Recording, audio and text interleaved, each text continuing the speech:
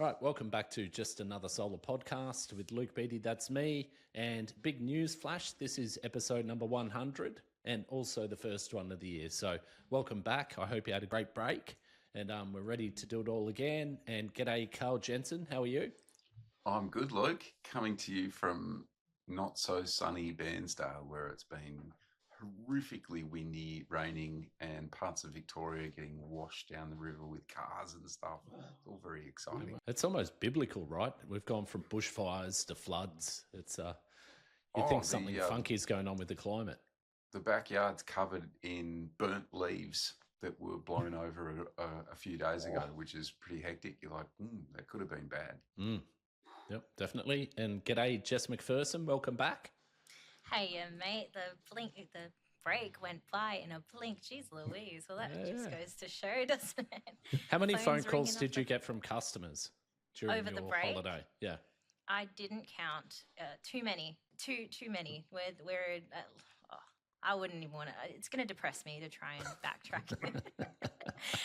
And, you know, part of that was like tech support stuff, and part of it, a few people who were like, oh, you know, can I still get 2025 STCs? And then you have to go down that rabbit hole.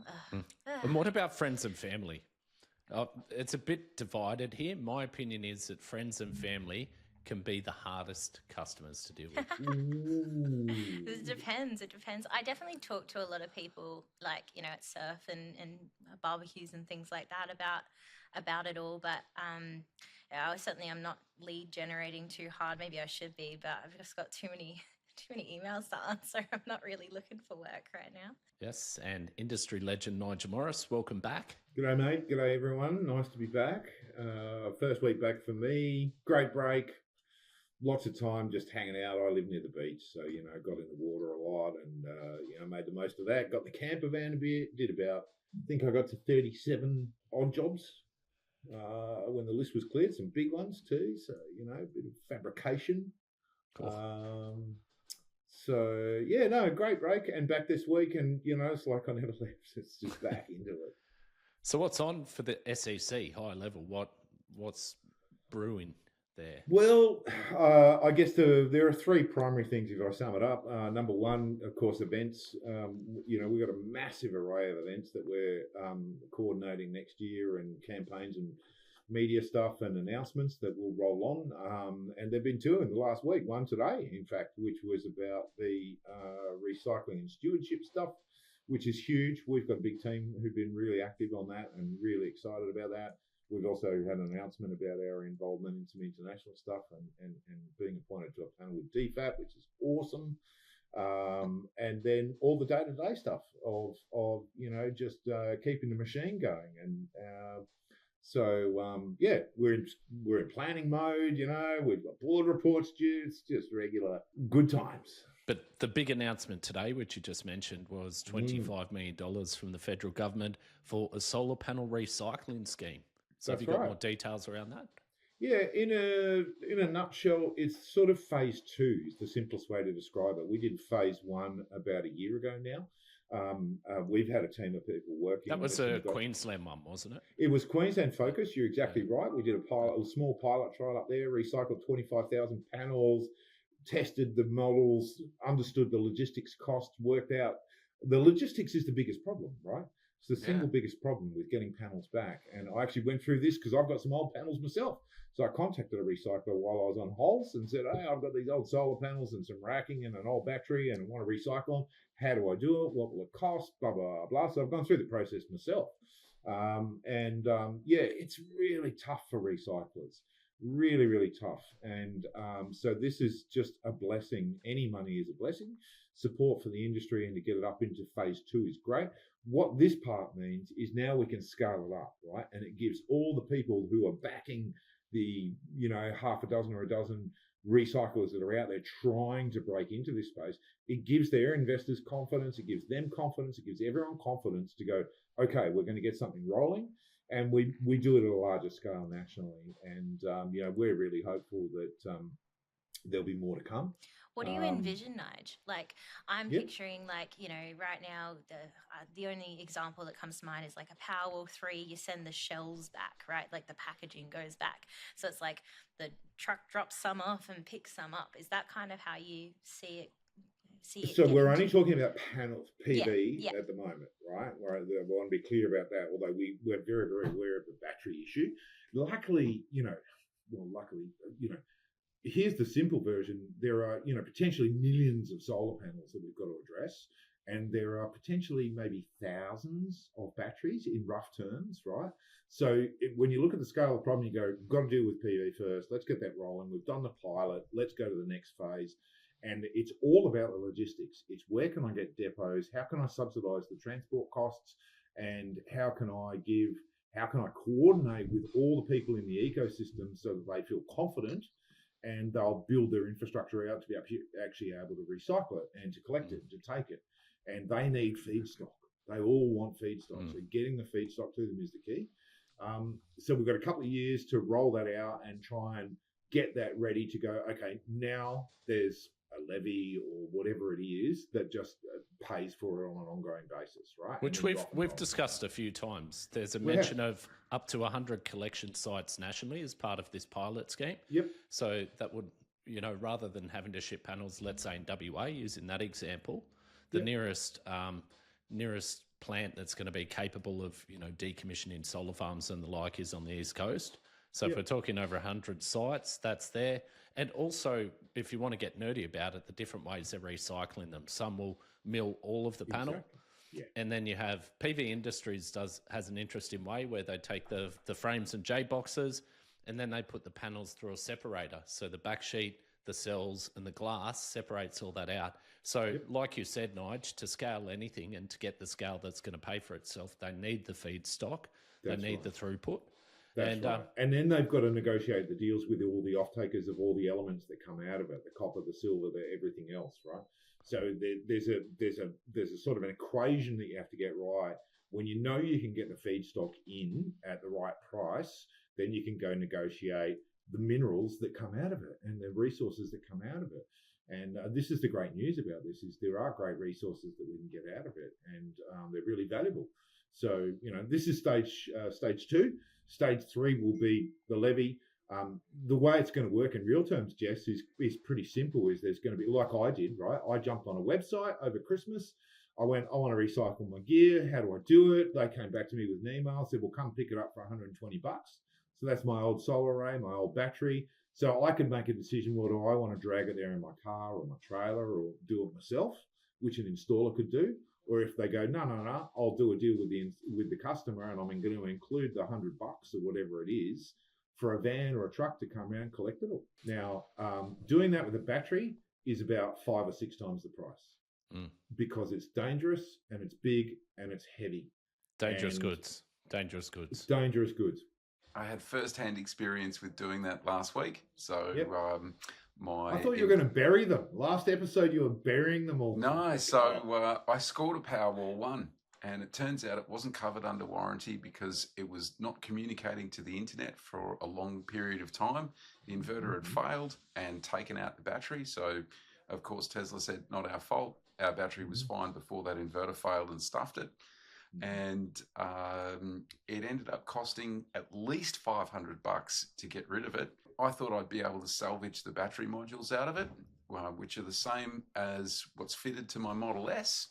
And you can see those on eBay for a couple of $1,000 in working condition. So I thought I'd hit pay dirt. Turns out they were dead, buggered. And ultimately, once I started stripping the thing apart, I found that I accidentally punched a hole in a couple of cells and it all looked very, very scary. So I loaded it back into the Model S and took it to the nearest scrapyard. They gave me $12.75 for it. So how's your business plan going for transporting batteries to Gippsland and just dumping them in a fuel car? Look, it's actually very difficult to recycle them because quite often they're difficult to disassemble. I disagree. What I'm hearing is that the recycling of them is complex. It's very much more complex than a solar panel, but it's not that difficult. The difficult part is getting them there getting them out of people's homes and getting them there safely. That's the hard part. Recycling can be done. That's our next project. We've only just managed to, help get the phase 2 of PV. Even stripping it apart. Yeah, even stripping it apart into its basic components of batteries, aluminium, plastic, and steel took a long time. You got to chisel the thing apart. It's all glued together, bomb-proof. By the way, if anyone Did ever you gets strip a chance, it? Yeah, I stripped it. Yeah, absolutely. Holy shit! And turns out don't try this at home. Do not try this at home. Battery recycling, though, is going to have to get itself together because earlier in the week, the last press conference, it was Josh Wilson, the MP over here in WA. We were up to 195,000 batteries then, which based on the current run rate puts us over 200,000 battery installs under the Cheap Home Batteries program, which is approximately 4.5 gigawatt hours. And based on this run rate, within a year, it's going to match the capacity of the Snowy Hydro scheme. Wow. And thanks to Renew Economy. That's ripped straight from one of their stories. But that is phenomenal numbers. And those batteries are going in. We're changing the grid. We're changing, the transition is happening. But they will come to end of life. So we need to be thinking about end of life now. So 12,000 a week. Marvelous. 12,000 installs a week in December. So that was probably, that may be our peak. We may see a bigger peak in May. And then it'll probably tail off a little bit. But, 12,000 a week is what I'm hearing. Phenomenal. Huge. Yeah. One of the other interesting stats I saw during the week is that the WEM, which is, you have the NEM, which is on the East Coast, the WEM, which is our WA grid here, the Swiss grid, went over 50% solar in terms of the energy supply. So, electricity supply, sorry. So that was pretty phenomenal. It overtook the NEM, and this is all happening at a great rate of knots. So this is stuff that we were thinking about 10 years ago, we were talking about, and it was almost deemed impossible by a lot of people, and we're right in the midst of it. Right in the midst of it. We were nerding out for listeners. We were all throwing screenshots of our solar and battery systems to each other over the holiday break as podcasters and comparing notes about generation. We had some really, really good weather. We had some really, really bad weather as well. So, and we had guests, we had family and friends and blah, blah, blah. So we were flogging our batteries. We were flogging our solar system. And, we had some great times and we had some bad times. And I had to buy power for the first time twice, only for an hour or so. Did you do some Christmas burnouts in the Harley in the driveway? That's what I want to know, Nige. No burnout. No Christmas burnouts. Those tyres would be so expensive. The cheapest part about the motorbike, eh, Nige? Yeah.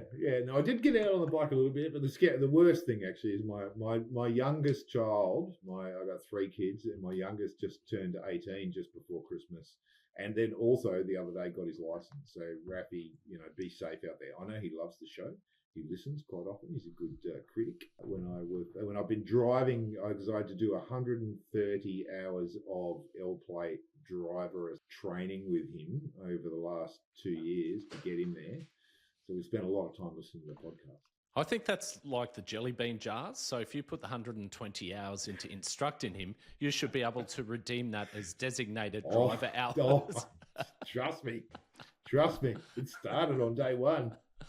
Just pop down to the boatload, mate. I won't mention how many hours of paid driving lessons my stepdaughter had, but it was over 15 grand. Ooh, wow. I just wanted to mention again that this is episode number 100. So first of all, congratulations, Carl. Who would have thought, one COVID call that we recorded would be here. Also, so good, boys. Well done. Jess is in at 12 months as a full-time member, not just a cameo type person, which is awesome. And Nige, you're the preeminent podcaster of solar in this country for the last 7 or 8 years or more. So it's really good. It is really good.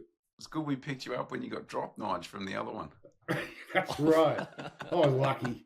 Fuck. This has been good. No, this we has been good. got to pick up such an incredible talent. We were lucky. Look, I meet so many people who listen. So, shout out to everyone who's listening. That's really, really good. We've also picked up some sponsors, which is great, which is testament to how many people are listening and the popularity of the show. And so we shout out to GoodWe. Shout out to GoodWe. And a couple of episodes back, that's right. The AI cameras are going to start moving around if we do. That's right. I wonder what they do with that. As Luke says. A couple of episodes back, we did have the GoodWe crew on, and they were talking about the ESA and their brand ambassador, Alex Carey, who scored a century in Adelaide after that episode. But thank you to GoodWe for partnering with us. It's great to have great companies on board. They've got an excellent crew and exciting products as well. So thank you for your support. And also thank you to Southwell Solar Training. Of course, Pat and Joe, excellent couple in the industry. And I just wanted to mention as well that Southwell Solar Training has now started doing, I'm not allowed to call it road shows, am I, Pat? I know that. They're installer nights.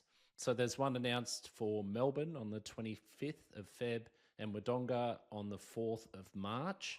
And I had a good chat to Pat about it. It's all about getting proper training in, CPD training, useful stuff. And he said there's no ads. It's just they're bringing the content for people.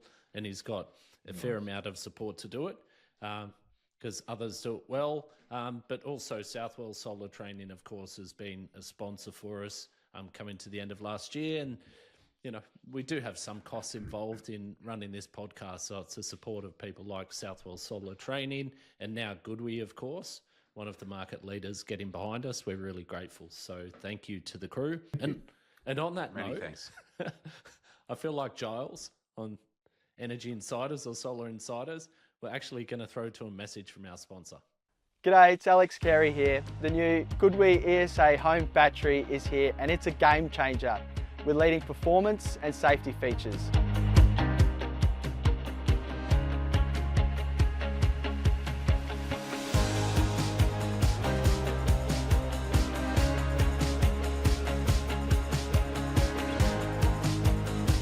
The GoodWe ESA series is available now. Visit goodwe.com.au for more information.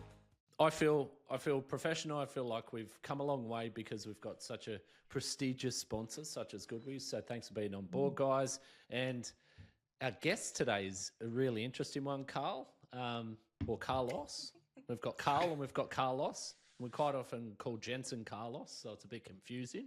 But Carlos Garcia, many of you would have known him from his Solar Edge days, and he's been in the industry for quite a while, which includes, I think, Mark Group back in the day, Solar Ray. So he's been around the industry a long time. A lot of people knew him from Solar Edge, and he's now the channel sales manager at Amber Electric. So welcome to the podcast, Carlos. Thank you very much. Congrats to you guys on your 100 episodes. It's like an honour to be on the century.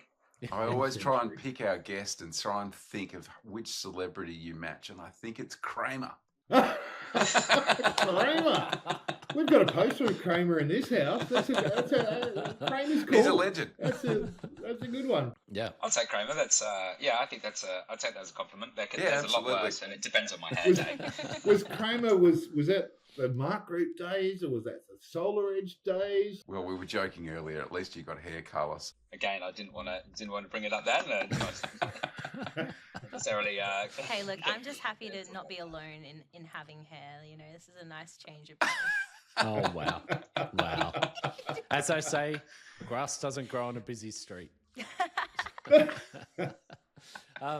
So Carlos, people are aware of Amber Electric, and of course, with the battery scheme and a push towards VPP, dynamic pricing, Amber is one of the leaders in that space. But for those who don't know Amber, can you just summarise who you are and what you do? Yeah, for sure.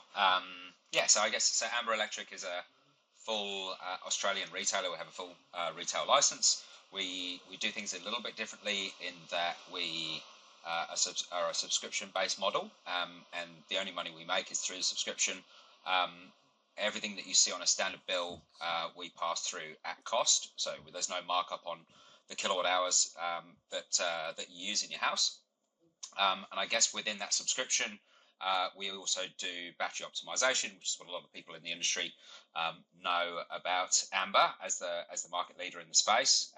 And so essentially we can optimize batteries to help stabilize the grid, give customers access to wholesale prices and price spikes, etc., and essentially make them more money from their battery, reduce their ROI, and also help solar retailers and solar companies sell bigger batteries, justify bigger batteries to homeowners, and it's kind of like a win-win. It's the homeowner wins, the installer wins, and the grid wins. So how big is So, the fleet of batteries that Amber currently manages? Yeah, so we're around about kind of it's an interesting mix, and obviously the mix is kind of skewing more, particularly with the cheaper home batteries. So we're around about 60,000 customers in total. Wow. And around about 30,000 of those are now what we call device customers, as in people that we're optimizing their PV battery and EV, or a mixture of those. Smart Shift on the site.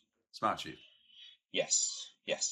Yeah, so Smart Shift is the platform that I guess is the kind of we developed in conjunction with CSIRO to do this kind of battery optimization for the brands that we integrate with currently. Excellent. How many of those are there, Carlos? That's a good question. How many are there now? There are quite a few. What do we integrate with currently is so SolarEdge, Enphase, SunGrow, Fronius, Sig Energy, Redback. I'm going to miss some out here. Tesla, obviously. Tesla, thank you, Jess. Anchor Solix, Fox ESS just come on. iStore coming soon. Watch this space. Thank you, Carl. Yeah, so kind of we cover probably, we reckon we cover about 70% of the market in terms of options out there. We are missing the GoodWe integration at the moment. So we're kind of working on integrations all the time. But yeah, that list has kind of expanded relatively rapidly in the last kind of 12, 18 months, etc. So and that process would be pretty complex in terms of like integrating APIs so that everything talks to each other as much as it should. And I know that with some products you get a bit more control than others, like, you know, the brands that you can control just the battery and the brands where you can curtail the solar as well. That's a big talking point in my sort of sales process anyway. Yeah, 100%. It's yes, it's people kind of think it's just kind of like a handshake and away we go, and you know why is this taking so long? Yeah, nothing's ever easy. No, Amber is what I think we're about 180 people in Australia. Wow, that's a lot. And I would suggest that probably half of those are engineers. So it gives you an idea in terms of like how much we're like how complex that beast is, and then trying to do curtailment as well. So at the moment we can curtail SunGrow, Enphase, Fronius, and SolarEdge.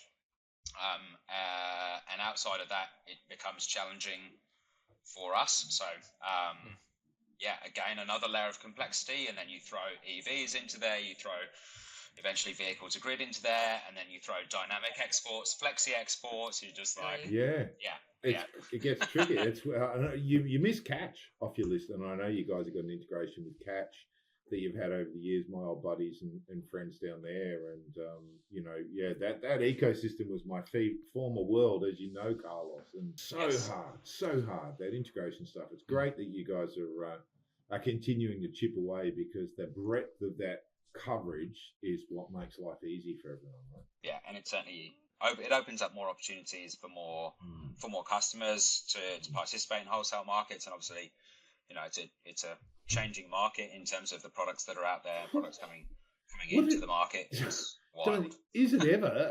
And I wanted to ask, now that we got you on the show, but I mean, what is the 3 hours of free power? It's like 3 hours of power. Wasn't there a Christian show in the US about the hour of power or something with a guy who bought a jet or something? You know, but the 3 hours of free power, how does that work well in the Amber world, or is that does that throw a spanner in the works? It's a good question. It was one that I was expecting. I thought it'd be more one from Carl, but It's all right. I'm going to comment.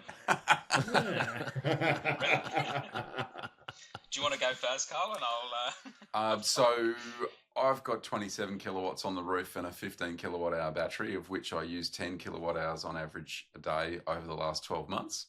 And I got 8,650 kilowatt hours for free during the 11 till 2 period, which is an enormous amount of power. And if I was paying for that, it was worth $8 a day for free on average, which is just mad. Over how many days? 365. Over a year. Yeah. Wow. That's awesome. Yeah. $2,700 according to my bill. So that only turned up on my bill at the end of the year. Said, if you had paid for this, this is what it was worth. And incidentally, that's about twice what an average Victorian home would use in a year. Well, I suppose so, Carl, you're there actively managing this, and they're phenomenal numbers and a big win for you, but the average consumer isn't Carl Jensen. No way. At the end of the day, it was very, very easy. And Finn Peacock's published an article about this. I've seen the future and its timers, and I think the same thing happens with Carlos and Smart Shift. If we can use energy when it's cheap or free or negative, Carlos has got negative energy prices, so he can actually pay people to take it, which is completely outrageous, right? I'll pay you to take this energy. And obviously, or charge your batteries or charge your car, or whatever it is, right? Pay you to take it, and then obviously, if there's an opportunity to sell it back later, hey, we're getting paid. Run the slow cooker, Nige. Well, exactly. Get the massage chair. Exactly. It is really interesting when we're in this phase of owning solar and batteries where we're just going, just use it, and you probably just won't ever buy anything, which has pretty much been the case. But now we're going, okay, so that kind of works without anyone changing anything in our lifestyle and everyone doing what they're doing and guests coming and going and your load going up and down. But now we're into the new year. I'm going, right, so what can I do with this? I've got to pull these numbers out and I've got to get nerdy. I've got to get Carl. I've got to send Carl a login so I can work out, do I go to Amber or do I go to someone? Who's going to give me the best deal here? So, Carlos, this is why you're actually here, to try and convince Nige. I had a bit of a score. So the week before Christmas, I scored a Gen 2 wall connector for $100 on Marketplace. So now I've got 3 22 kilowatt EV chargers, and I can charge the cars at 11 kilowatt each. And of course, my next door neighbour's a Sparky, so give us a hand to throw that sucker in, and we can rip back some serious power. Carlos, I'm a bit curious about how this free 3 hours of power actually affects your model, because as we've just discussed, if you have negative pricing, I would assume that it would just be the customer will just get whatever's best, right? Like if it's negative pricing, they'll get the negative, and if it's free, well then that's what you'd be giving them anyway, right? Does it even out? Yeah. Look, I think it's an interesting one. The government definitely hasn't kind of thought the whole thing through, because don't want to throw them under the bus or anything. Yeah, look, winter's a massive problem. Surprise. Yeah. I think the concept is a great idea, right? And it helps. There's high supply in the middle of the day. There's low demand, so this is aimed at it's a massive incentive to encourage users like Carl and everyone else to use as much power as they can to kind of bring down that duck curve and bring up. Well, the phrase we used last year, Carlos, was "it's duck season." It's duck season. So yeah, to bring the curve down. Yeah. So the challenge is right. So the an electricity price is made up of I don't need to tell you guys, but for the benefit of the listeners, is kind of like you've got the wholesale price, then you've got the kind of DNSP tariffs, whether that's kind of time of use or fixed rate, whatever it is. You've got environmental charges, etc., etc. So when you say free, obviously to the consumer, they just think that whole stack is free, but if you've got to pay, you then got to pay the DNSP, you got to pay like the wholesale rate, you got to pay the environmental charge. Like how is that even going to be kind of possible? In principle, it sounds very easy, and I think from all the stuff that I'm hearing, kind of internally and different bits and pieces, kind of like you're you're gonna what's the saying? Kind of pay Peter and take from Ben, or I can't remember who the Rob people Peter to involved pay are. Paul. All Carrot and the there you stick, go. or whatever Thank you. analogy Those you ones. want. Yeah. It's essentially like you've got to make up those costs from somewhere to kind of bring those costs in line.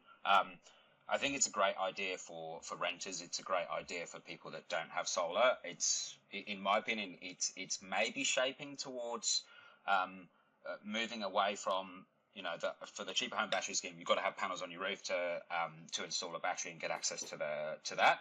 For renters, maybe landlords doesn't want it. For people in apartment blocks, like that's a significant challenge, as we all know.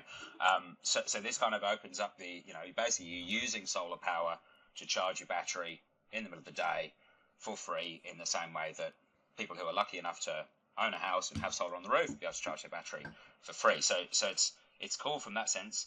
I think the other thing that's interesting is, obviously our feed-in tariff quite often in the middle of the day, particularly in kind of spring and summer, goes below zero. The wholesale buy price sometimes, like you said, can sometimes go close to zero, can sometimes go below zero, that you're paid to use power. Yep. But essentially, because that's a supply and demand thing as well, you've got more people using power for those 3 hours because they're incentivized to do it. It's actually going to bring that price back up. So the negative fit is going to go slightly back up to zero, which again helps the retailers who are still paying. They may be paying you 3 cents or 5 cents for your feed-in tariff, but the wholesale price is -2, -3. So they're basically being charged for it. So it's essentially costing them 8 cents or whatever to pay you for your feed-in tariff. Everyone's like, my feed-in tariff's rubbish, but like it's costing them money. They'll make it up somewhere else. Plenty. Their billions of profit doesn't seem to sweat it too much. Yeah. As long as they're making it up from somewhere else, we don't give a shit, right? They'll scoop it. Yeah. But the requirement is that it's an offer from retailers, right? So Emma, for example, I'm sure you guys have got this well in hand. You don't need my go on, Jess, go on. They might offer a plan that says, hey, here's how you get your 3-4 hours of power, and in exchange on these fringes we do have to put in this little tariff, or your subscription is a bit higher, whatever you guys do to balance it out, and then you still have your normal smart shift that people can opt into if they prefer that instead, right? And all the retailers then do their own versions of it. That's what we're probably expecting to happen, right? The best question is what happens when the coal disappears? Framber. Fuck. Copyright. All right. So, Jess, on that, I'm asking a question to you, Jess, and to you, Carlos. Are we overcomplicating energy for customers? Ooh. You can go first, Carlos. I mean, I think on the surface, I'll talk about Amber. I mean, solar in general has got a lot more complex, and you guys have talked about that in the past. And before it was just like, the screen, you got the green light or the blue light in your rearview mirror. You got driving down the driveway, everything was cool, happy days. And then it was a little, whatever the Sunny Boy Bluetooth monitor that sat in the kitchen, and you could see kind of what Sunny Beam. Sunny Beam. Sunny Beam. Was it called the Sunny Beam? Sunny Beam. Sunny Yeah. Beam. The name escaped me. That had to be, within proximity to your inverter, and then it's like, right, now everything's online, so people are kind of got an app and all that, and then it's like, right, now we've got batteries, now we've got home automation, now we've got VPPs, now we've got EVs, and then we've got vehicle to grid. So yes, it's all getting way more complicated. I think on the surface with Amber, in terms of the concept is very simple. We're very transparent in terms of what we do, how we do it, what the business model is. It's very easy for our customers to see. It doesn't work for everyone, right? I mean, I think that's the other. It doesn't work for everyone. Doesn't work for everyone. Yeah. So Will it work for me? Well, this episode is about me, Carlos. How do you make that assessment about the Will it work customers? for me? Yeah, exactly. How do you How would I calculate know? which customers it's going to work for and which it isn't? How do you do that? Do you want my exports? I'm exporting shit tons. You're just a newbie, Nige. Wait till winter. Sure. Yeah. Well, we had a lot Electric of hot rainy water's weather going to chew over. through shitloads. Yeah, man. Over summer, we had a couple of really rainy weeks here in Sydney, and I was smashing the battery. Right, so this is my challenge. Is I don't know who to go to. I'm not sold, Carl. When it's sunny, Nigel, heat your spa. Use your hot water, hot water electric to pump water into your spa and sit out the back and Sure. sink tins. I don't have a spa. But yeah, They're free, mate. do. They're I free. go, oh, it's sunny. I'll plug the bike in. It's sunny. But, you know, the biggest challenge for us is actually electric cooking because Claire, bless her, you know, she went, oh, okay, you know, I'm not going to be around because I got night shift for the next week. So I'm going to have the slow cooker, the air fryer, and the oven on for 6 days straight. And I'm just gonna cook up all Careful the meals. words, Nige. I reckon she can hear you. Hey, at least she's still cooking for you, buddy. Oh well, there's not as me. We got the boys here, you know. So she's cooking up meals, and we had family here as well. So she was cooking meals in advance, right? And she'll spend a day where she'll go, right, I'm going to use 50 kilowatt hours. She has no clue. I'm going to use 50 kilowatt hours. I'm going to run 3 or 4 cookers, and I'm going to cook the next week's food, right? And then we just go to, you know, KFC. I'm with Carlos in terms of the complication of like how much things have escalated just to try and right the ship here. But I don't think it's different. Like I don't think people understood their electricity bills before and now they don't. No. Like I don't think that side of things has changed. I think people are more conscious of how they use power and they have been sort of getting towards that state for one reason or another, either because they're cost conscious or they're environmentally conscious or both. And then adding the data in that we get from our apps nowadays, that gives them something to go off of that isn't just, well, it's sunny outside.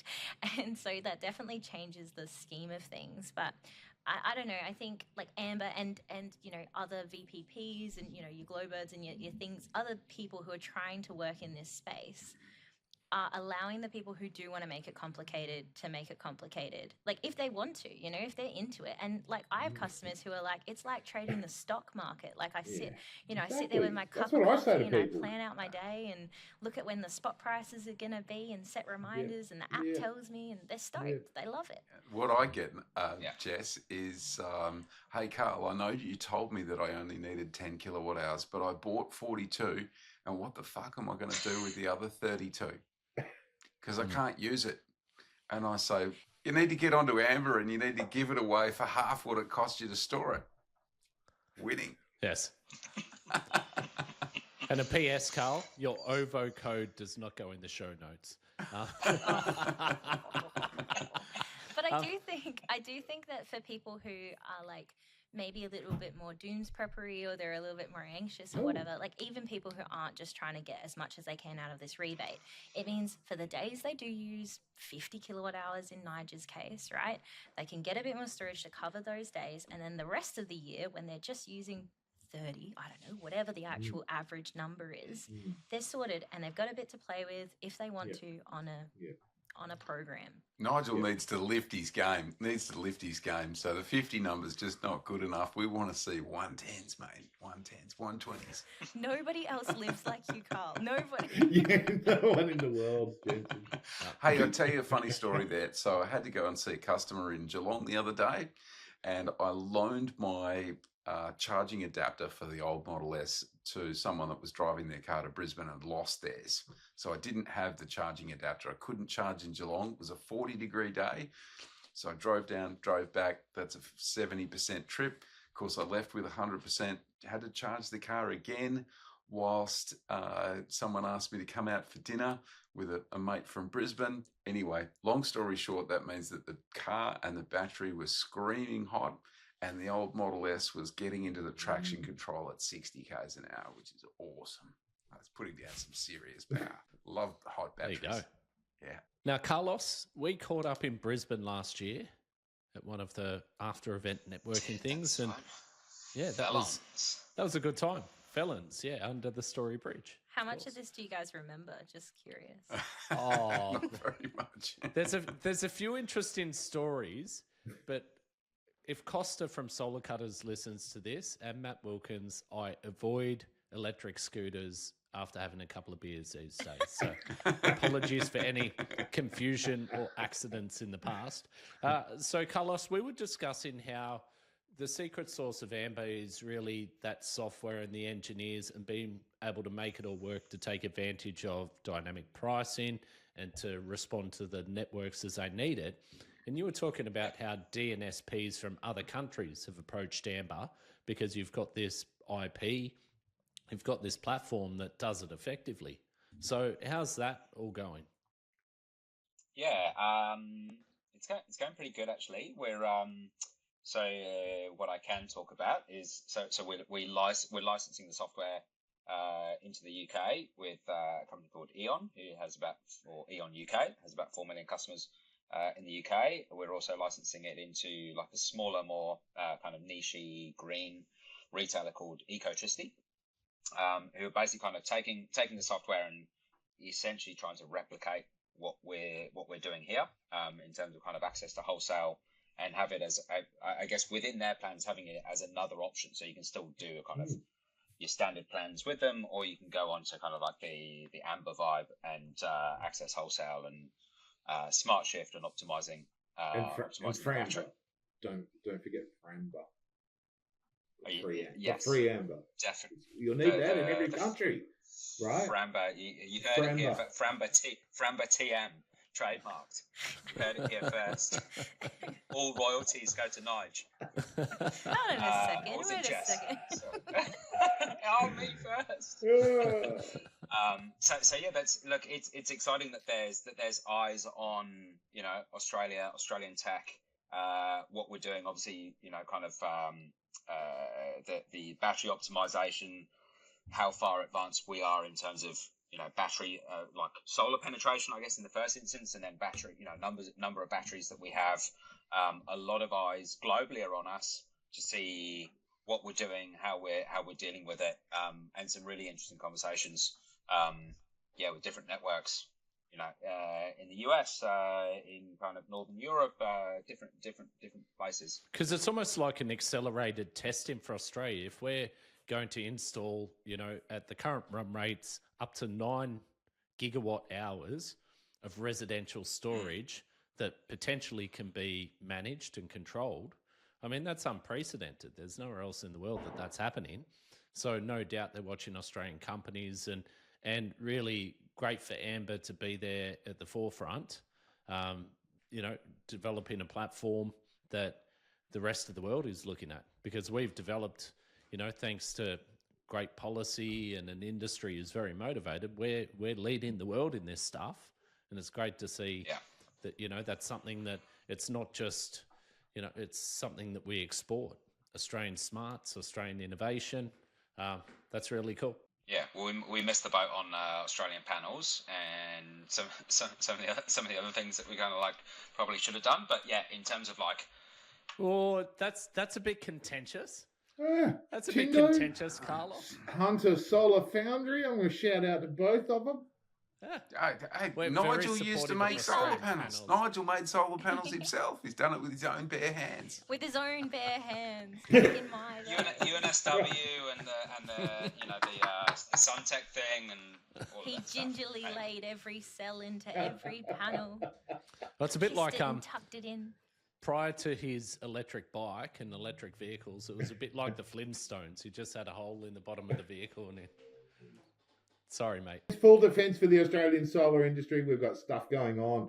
And actually, there's some stuff I learned over the last couple of days that I didn't even know about. It is really, really exciting. After challenging Carlos, I'm going to support him in it and say that the technology of cells and majority of the technology of current cells was developed in Australia and then, of course, was exported. And along with that, most of the value chain went that way. So shout out to Tindo. They're a great company. And Sunman, who are doing it. Yeah, and Genron Shi, who's just announced the Hunter Solar, who I heads up, I've got a word on the street that we might be able to get him on the show for a chat. That would be awesome, because he was the founder of Suntech. He's been instrumental from Uni of New South Wales. UNSW, we always talk about Professor Martin Green as the godfather of solar, but Genron was one of his students, and he's gone on to be one of the most influential people in solar in the world, and he's back in Australia now, kicking it again. Come on the podcast, yes. Yeah, you want me to get him on? Yes, absolutely. Genron? Okay, Genron, here's the invite. I know people who listen. Please pass on the invite to Genron while I'm at. Yep. Can I ask you a spicy one, Carlos? I'll try and be gentle. I'll try and be nice. Yeah. Hang on, I'll get the I lube. think I know what's coming. So, I think it's sort of a bit of a general attitude that Amber has been, how could we say politically, hit or miss with tech support, like some delays in people getting back, AI responses that aren't very relevant, a bit frustrating for customers, and that experience of that tech support side of things has at least historically been maybe on the less desirable side. What are you feeling about it at the moment? I was as gentle as I could possibly be. I used so many words. Can I just jump in really, really quick? They're all shit. Doesn't matter who the retailer is. They're all shit. That was going to be my kind of blanket. Good one, Carlos. Yeah, it's very hard. But how much tech support do they need compared to Amber, right? Where you're talking about like these integrations are essential to the service operating the way it should. Yeah. And look, I think the fact that we're very much kind of integrated with solar retailers and people refer us, recommend us, use Amber sometimes as a selling tool in terms of that ROI, and part of how most kind of reputable solar installers sell is kind of like you're not just paying for the hardware and for the installation, you're paying for the after sales service, and that's got to be of a certain level and a certain standard, and people expect answers at in a reasonable sort of time frame. I think since 1st of July, I think to Carl's point on electricity retailers, but I think OEMs in general have struggled with.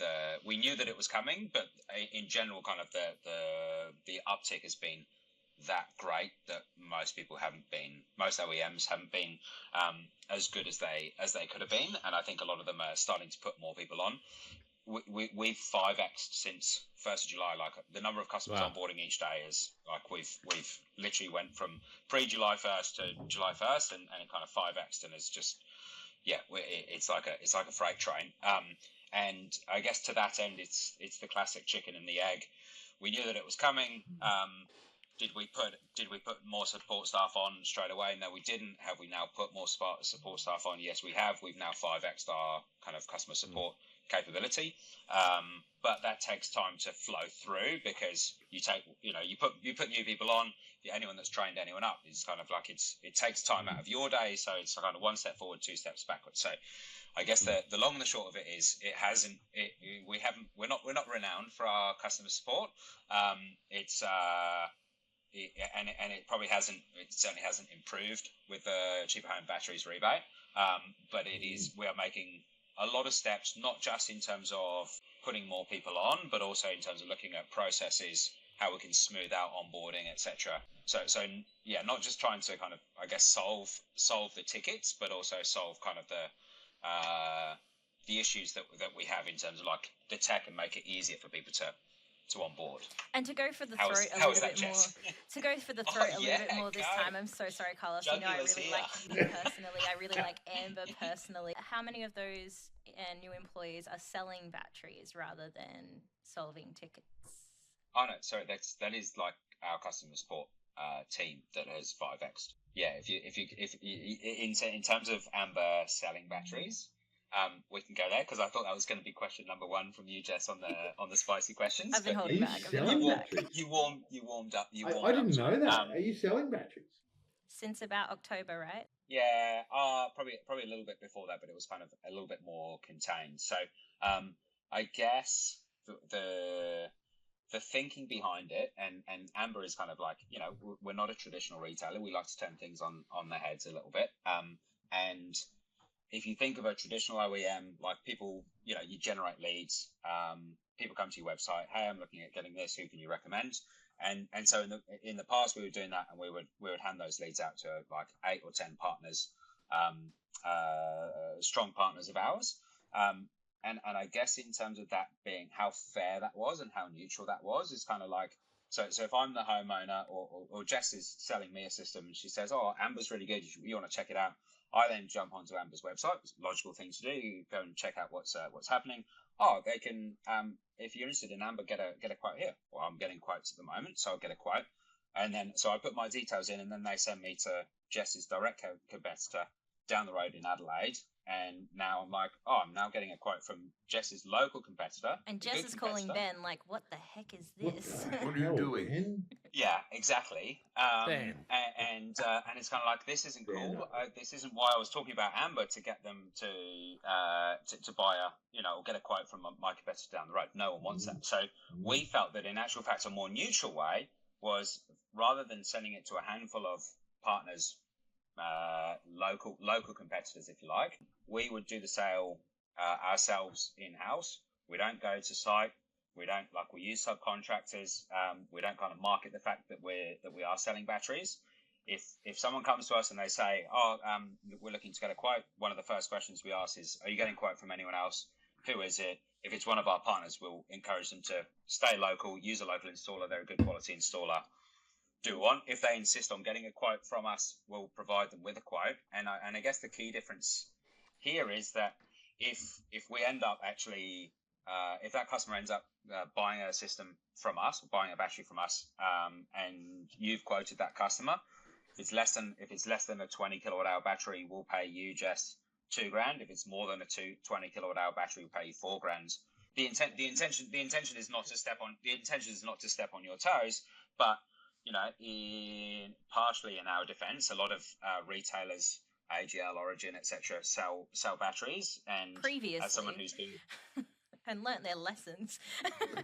they still operate in the commercial. They still operate in the commercial space very much. I guess what grinds my gears, and I don't think this is news. I think we've probably had this conversation before anyway. But is if I was Amber and I had a bunch of customer information and there was this massive rebate around, and I even knew exactly what batteries they had, because I have all that information from the lovely company that told them to join Amber, I'd be hitting them up and saying, hey, buy some more battery while this rebate's around, or just that kind of thing.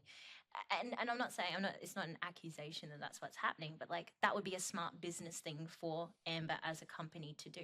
Yeah, and then I'm going, well, why did I bloody recommend them when they're going to poach my return sales? That feels cruddy. That doesn't make any sense, Jess. We know that the cycle cost on batteries is higher than what the typical evening export is, and the odd spike here or there just doesn't justify the cost of the battery. Or just if somebody wants more battery, whether they're going to use it on Amber purely or they just want more for their house, whatever it is, right? Lots of people are getting more battery because of the rebate. What about our around, little old lady with that's her 50 kilowatt hour battery, 5 kilowatt inverter? Yeah, she's fucked. She screwed the whole Right. Get another 50 kilowatt hours. Yeah, no, she's and it all changes. It all changes in bloody 12 That's weeks right. anyway, right? Less Which is than 12 great. weeks now. Which is great. which is great.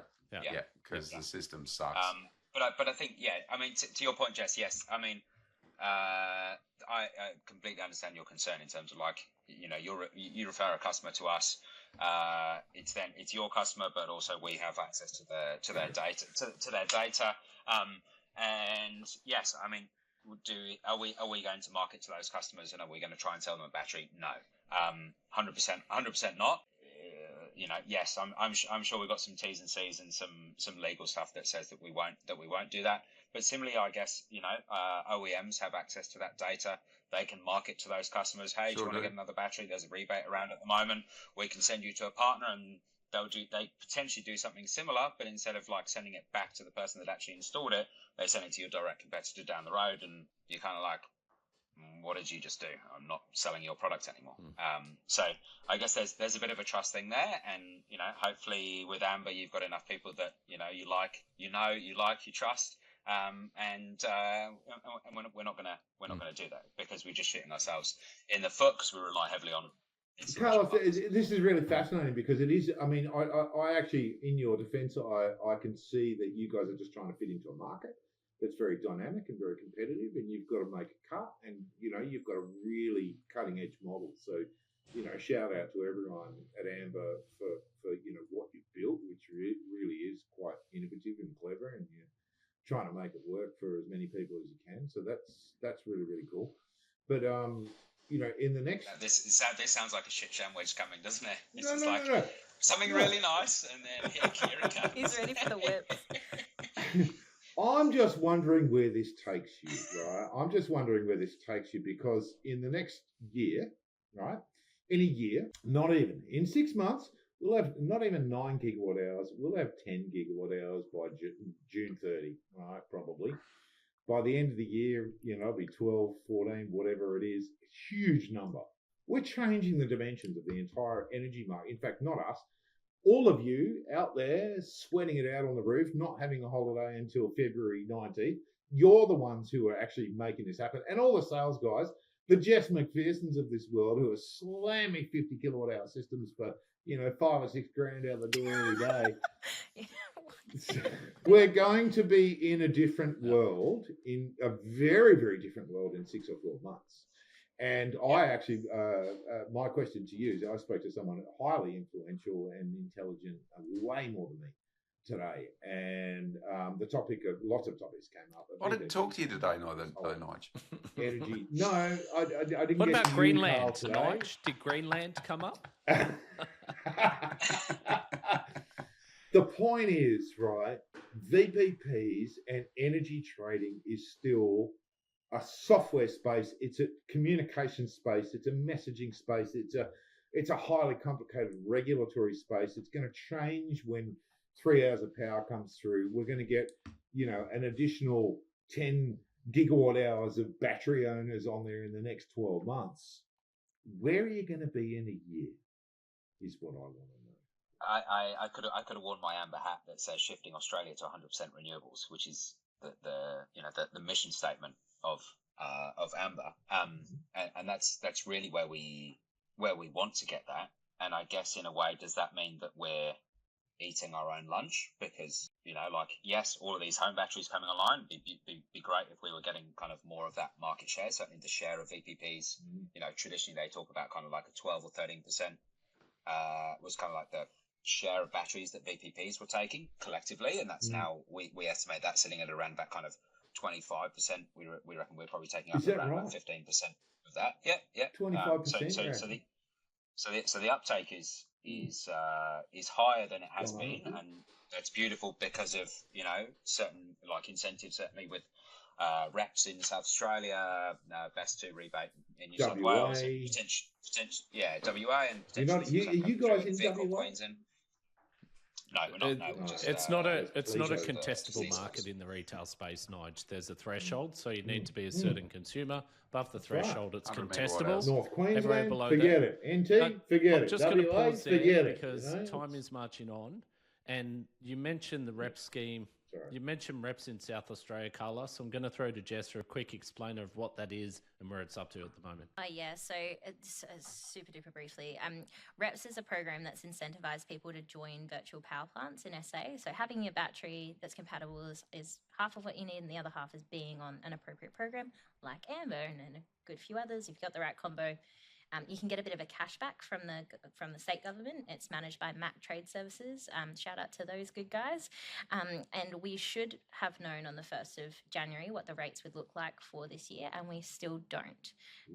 As I understand it, it's caught up in government planning. So Mac Trade is Zen, right? Yeah, all under the same umbrella. Yeah. And I think just one of those things where it must be incredibly stressful for them right now. There aren't many programs out there aside from how retailers independently incentivize VPP participation. So it's a really fantastic program. I would wager it's been very successful, and it's a bit of a shame that we still don't know what's going on 16 days into the year as of time of recording. And it's a damn shame. Yeah, it's a damn shame. I know the Smart Energy Council is working on it too, so thanks. It's a damn shame. It's a scheme that should be really stimulating the market, and it's kind of been hyped off a little bit. It's not really working properly. There's work to do on that scheme, that's for sure. I appreciate that the rates will change, right? We've had so much more battery uptake. So, I'm not saying that we should get the same amount of money we got last year or anything like that, being realistic, but whatever it is, and if it's going to happen, and we should just... Hurry up, get cracking. I'm going to go back just a little bit to Carlos's point on how Amber looks in 12 months. And at the end of the day, it always looks fucking excellent because batteries have a trip loss. So at the end of the day, if I have 10 gigawatt hours of battery out there and I have a 20% trip loss, that means that their grid needs more power every day in order to feed that trip loss. If you had a SIG, it would suck because the thing's 63% efficient. It was on MC Electrical's blog or on the Franklin. And ultimately, that means that I put 48 kilowatt hours in and I get 31 back. That means that the grid needs to supply a whole heap of energy, and that means that energy retailers make money. Though it's interesting, though, because we generally have plenty of surplus solar. So having a bit less on a return trip's not as stressful. I know I'm not saying those numbers are... Let's throw 30% of it away. Great. No, I'm not. Look, that sounds like garbage, right? Like, I saw watch the video, Jess. At the end of the day, use proper gear, and Solar Quotes published the article as well. So, it's out there. Anyway, we've got to wrap it up shortly anyway. It's like herding cats. Going to go around, get last comments, and we'll start with you, Carl. Look, Carlos, another one of these episodes where we're really thankful to have a fantastic guest, and we're really happy to have you on the show and enlighten us with your wisdom of the wholesale game. It's really an exciting space, and ultimately that will be the future. There's no getting past it. It is the future. So thanks for coming on board. For sure. And Jess? I'm sorry, Carlos. I hope I wasn't too nasty today, but my last little item, my little agenda item is there has been a few fines doled out to dodgy installers as of late. About $9,000 for one by Solar Vic in Melbourne I saw, and then like over $100,000 for one in New South Wales. So I guess a bit of a reminder to do the right thing and take care of your staff, and don't make them do two jobs in the time that one takes and all of that jazz. Very good. Do the right thing. And industry legend Nigel Morris. Yeah, here. So firstly, welcome back to everyone who's just getting back into the industry and to the installers who hopefully had a little bit of room to breathe. I know the industry is maxed out absolutely to the brim, and all the different companies I've talked about how a lot of installers didn't get a break over Christmas to spend time with their family or friends. So thank you for your commitment. Really, really appreciate it. I'm just going to wrap up by saying my son got his license, which is terrifying. So he's 18 and he's got his license. That's really, really bad. But my wife has the Cosmic Psychos in an hour and a half. So I'm off to see the Cosmic Psychos. That's a flashback, Nige. I remember them touring around all ages shows with the hard-ons back in the mid-90s. So there you go. Damn straight. Damn straight. And Carlos Garcia from Amber Electric, thanks again for coming on. Echoing Carl's comments, it's always great to get guests such as yourself who can add a whole lot to the show. Look forward to catching up soon, but we'll get your last comments first. Thanks for having me on. Privileged to be amongst industry legends. And to be on your 100th show, very blessed, and thanks for the opportunity to explain our concept, explain kind of what we're doing and why we're doing it, etc. And thanks for going easy on me, Carl and Jess. I was expecting worse. So every Amber customer should get a GoodWe ESA all-in-one battery, if I'm not mistaken, then, Carl, so they can take advantage of your awesome plans. Except they're not compatible yet. Almost, but not quite. Almost. They're not? It's coming. Soon. Coming soon. I feel like we know the right people to connect that one together. It feels like, feels like there's only one degree of separation. That's what those engineers are for. So once again, we'd like to thank our sponsors, GoodWe. Thank you for supporting the show and for having great products. Make sure you jump onto their website or socials and check out the ESA, their latest offering. And thanks for listening. Please remember to subscribe, share it, and just support us in that way, just so we can, get a greater reach to our audience. Thanks for listening. We'll catch you next time.